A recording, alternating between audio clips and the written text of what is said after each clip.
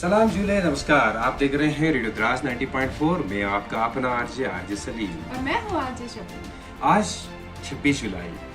हमें पता है कि कारगिल विजय दिवस हर साल मनाया जाता है। ये वो दिन है 1999 की जंग इंडिया और पाकिस्तान के बीच में हुई थी। जी बिल्कुल, जैसे कि 26 जुलाई हमेशा हर साल मनाया जाता है और ये उन हमारे शहीदों की याद में मनाया जाता है जिन्होंने अपनी जानों की कुर्बानी दी है, अपनी जानों की परवाह न करते हुए हमारे देश के लिए लड़ मिटने के लिए तैयार खड़े रहे थे। कारगिल विजय दिवस की बात करें तो इसमें हमने देखा बहुत सारे खूबसूरत रंगारंग प्रोग्राम्स, जिसमें हमने देखा कि आइस या हॉर्स पोलो, जिसमें हम देखा टेंट पैकिंग्स, कल्चरल प्रोग्राम्स और उसके साथ ही साथ रन फॉर कारगिल विजय दिवस। ये एक ऐसा रन था जिसमें पूरे जितने भी कारगिल हीरोज हैं उनके लिए ट्रिब्यूट। तो जैसे कि हाँ, ऐसे बहुत सारे प्रोग्राम्स हमें देखने को मिले कारगिल विजय दिवस के चलते। आपने देखा कि नारी शक्ति एक प्रोग्राम हुआ, ये एक्टिविटी हुई। आपने देखा कि रन पर कारगिल विजय दिवस, ऐसे बहुत सारे एक्टिविटीज़ होते रही।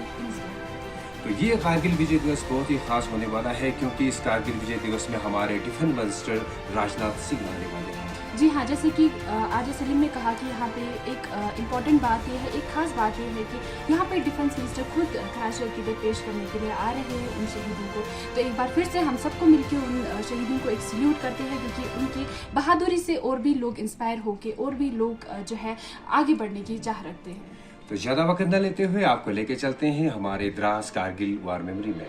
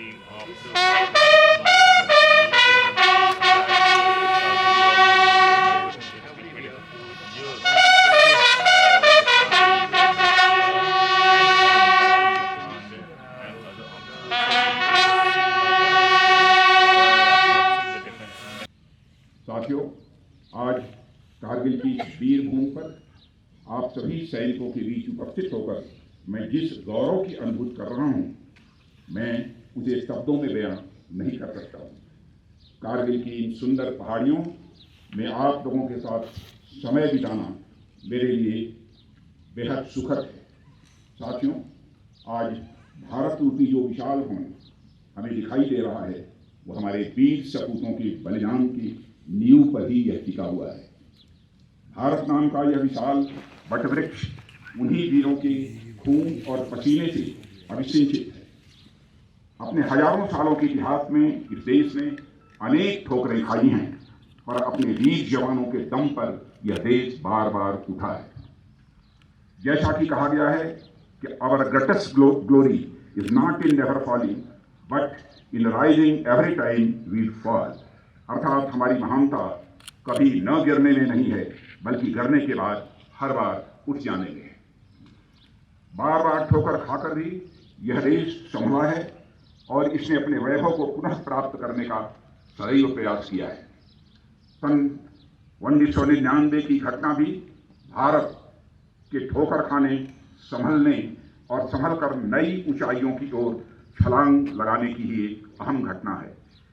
भारत मां के लद्दाख की रक्षा के लिए 1999 में कारगिल की चोटी पर देश के सैनिकों ने वीरता का जो प्रदर्शन किया, हमारे सैनिकों ने जो शौर्य का प्रदर्शन किया, वह इतिहास में सदैव स्वर्णाक्षरों में लिखा जाएगा। आज हम खुली हवा में सांस इसलिए ले पा रहे हैं क्योंकि किसी समय माइनस टेम्परेचर में भी हमारे सैनिकों ने ऑक्सीजन की कमी के बावजूद अपनी बंदूकें कभी नीचे नहीं की। आज कारगिल में भारत का ध्वज पूरे गौरव के साथ इसलिए लहरा रहा है क्योंकि 1999 में कारगिल के युद्ध में भारत के सैनिकों ने अपने शौर्य का परिचय देते हुए दुश्मनों की छाती में अपना तिरंगा लहरा दिया था। कारगिल की वह जीत पूरे भारत की जनता की जीत थी। भारतीय सेनाओं ने 1999 में कारगिल की चोटियों पर जो तिरंगा लहराया था, वह केवल झंडा भर नहीं था, बल्कि इस देश के करोड़ों लोगों का स्वाभिमान था। साथियों, आप सब जानते हैं, स्वाभिमान यह मनुष्य के हृदय की सबसे बलवती भावना होती है। मनुष्य जिंदगी में सब कुछ स्वीकार कर सकता है, लेकिन अपने स्वाभिमान से किसी भी सूरत में समझौता नहीं कर सकता है। भारत को यदि आज़ादी मिली है तो ऐसे ही स्वाभिमानी बहादुर जाबाजों के कारण भी हम सबको आज़ादी मिली है। Shri Rajnath Singh, defence minister, accompanied by Army Chief General Manoj Pandey and Major General Sachin Malik, moving to the seating arrangement after paying homage to the fallen soldiers. You can see the dignitaries now. You can see Defense Minister paying his last homage before moving. और जो आपने सवाल पूछा, तब से लेकर अब तक तो बहुत फ़र्क पड़ गया है। मैं अभी देखता हूँ कि यहाँ का इंफ्रास्ट्रक्चर बहुत इम्प्रूव हो गया है, सड़कें बहुत बन गई हैं, हर एक गांव में सड़कें जा रही हैं, पोस्टों के ऊपर भी सड़कें बन गई हैं। और दूसरा, जो यहाँ की इकॉनमी है उसको मैं देख के कम से कम 100% ज़्यादा अच्छी हो गई है। टूरिस्ट आने लगे हैं और जो लोकल्स को उसका फ़ायदा होगा और हो रहा है। पहले तो शायद 1-2 ढाबे थे ये द्रास में, अब यहाँ पर होटल भी बनने को हम देख रहे हैं, और इसी तरह कारगिल में भी है। तो मुझे बहुत अच्छा लग रहा है, और साथ साथ में मुझे ये भी महसूस होता है, हमेशा कभी भूल नहीं सकते कि जो हमारे वीर जवान थे, फौज में थे, जो लड़ाई में शहीद हुए, तो हमारा फ़र्ज़ बनता है उनको याद करना, हमारा फ़र्ज़ बनता है उनकी फैमिलीज़ को याद करना। तो वो भी मैं समझता हूँ कि मेरे लिए एक अच्छा मौका था, जो यहाँ पर श्रद्धांजलि मैंने भेंट की शहीद लोगों के लिए, और दूसरा उनकी जो फैमिलीज़ हैं उनको भी मिल पाए। इस 24 साल में काफ़ी सारे चेंजेस देखने को मिले और काफ़ी चीज़ें बदली हैं, चाहे मतलब आप सिविल डोमेन में बोल लीजिएगा या फिर आर्मी के ऑर्गेनाइजेशन में आप बोलिएगा, और खासकर इस जगह के लिहाज से मैं काफ़ी चेंजेस देख रहा हूँ। एक तो हमारा जो डिस्ट्रिक्ट है, पहले यूटी बन गया है, तो उसमें बहुत सारी तरक्की हो रही है, और उसके अलावा जो बॉर्डर पे इंसिडेंट्स हुए हैं चाइना के साथ, तो उसमें फौज का जो है बढ़ोतरी हुआ है, काफ़ी मात्रा में अभी फौज आई हुई है, तकरीबन 50,000 हमारी आर्मी है यहाँ पे। और उसके अलावा जो है एक जोश है, एक जोश की लहर है जो हमारे लद्दाखियों में है, यहाँ पे लद्दाख वासियों में है। और मैं देख रहा हूँ कि एक बॉन्डिंग भी देख रहा हूँ बीच में, जो हमारे लद्दाखी जनता है और फौज के बीच में, जो बहुत बढ़िया है। और अभी यहाँ पे मैं आया हूँ, तो ये जगह जो है आपको हमेशा जो है ना इमोशनल बना देता है। यहाँ पे जितने भी हैं, जिन लोगों ने लड़ाई लड़ी है, जिन लोगों ने अपनी जान दी है, सोल्जर्स जो थे हमारे, तो उनके परिवारजनों से मिलके कई बार मतलब फक्र तो होता ही है, प्राइड फील होता है, लेकिन उसके साथ साथ बहुत दुख भी होता है कि ऐसे हमारी जानें गई हैं, इस तरह का यहाँ पे इंसिडेंट हुआ, वाक़या हुआ, इतने बड़े तादाद में इंट्रूजन हुआ।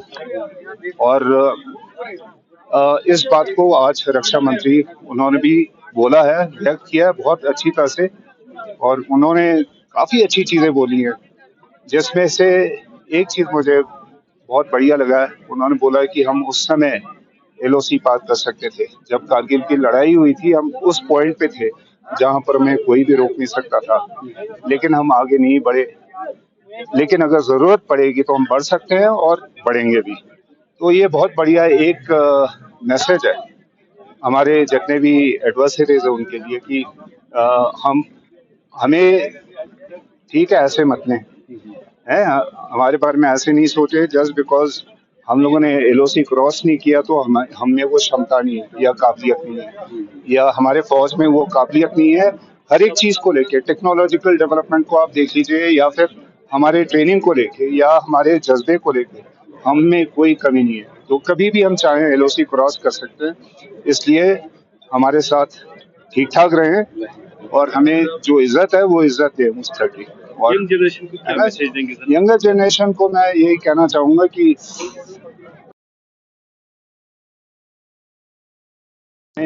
और बिल्कुल चाहे मर वो आपका किसी तरह का भी प्रोफेशन हो, टेक्निकल प्रोफेशन हो, डॉक्टर्स हो, इंजीनियर्स हो, डिफेंस एक बहुत बढ़िया प्रोफेशन है, ऑक्यूपेशन है, तो उसको अपनाइए या उसके अलावा सिविल एडमिनिस्ट्रेशन में आइए और हाईएस्ट लेवल पे जाएं। कारगिल और ले दोनों के लिए, ताकि अपने लोगों को सर्विस दे सके, उनका भला कर सके। बहुत बढ़िया रहा है। लद्दाख जैसे एक बॉर्डर एरिया है, वहां पर जिस तरह का लोगों में जज्बा होना चाहिए वो हमेशा 48 से लेके और आज तक का जो लद्दाखियों का योगदान है, इलाके को देखते हुए, सिचुएशन को देखते हुए, हमेशा लोगों ने आगे बढ़ चढ़ के फौज की मदद की है।